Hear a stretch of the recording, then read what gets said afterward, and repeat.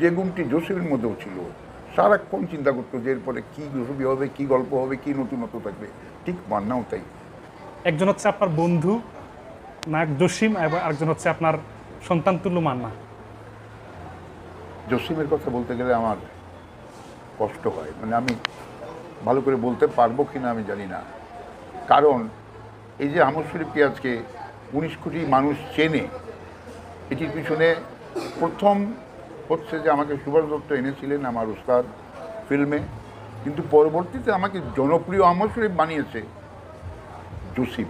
কারণ হচ্ছে যে এই জসিম অভিনীত যত ছবি আমর শরীফ জসিম করেছে বাংলাদেশে, এর মতো পপুলার, এর মতো জনপ্রিয়, এর মতো ব্যবসা সফল ছবি আমার মনে হয় যে হয়নি।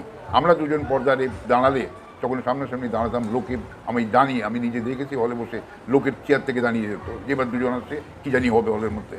তো আসলে জসিম আমাকে অনেক সহযোগিতা করেছে।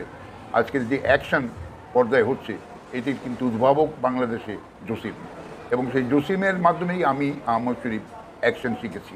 জসিম আমাকে ঘুষি মারা শিখিয়েছে, জসিম আমাকে ঘুষি কীভাবে খেতে হয় শিখিয়েছে।